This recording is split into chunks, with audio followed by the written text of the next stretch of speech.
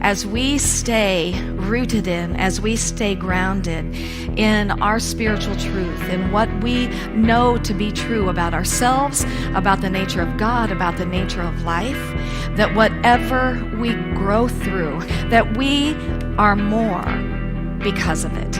And that is so incredibly beautiful. I love the scripture from John that says, "Truly, truly, I say unto you, unless a grain of wheat falls into the earth and dies, it beareth no fruit. But if it dies, it beareth much fruit."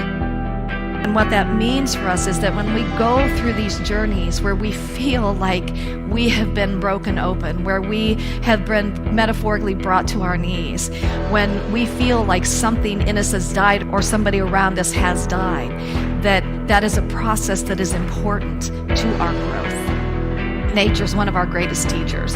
And that if we looked out just like a month ago at the trees, if we didn't know any better, we would say, my gosh, the trees have died. Yet the reality was the life was always in the tree, and it simply changed form for the winter.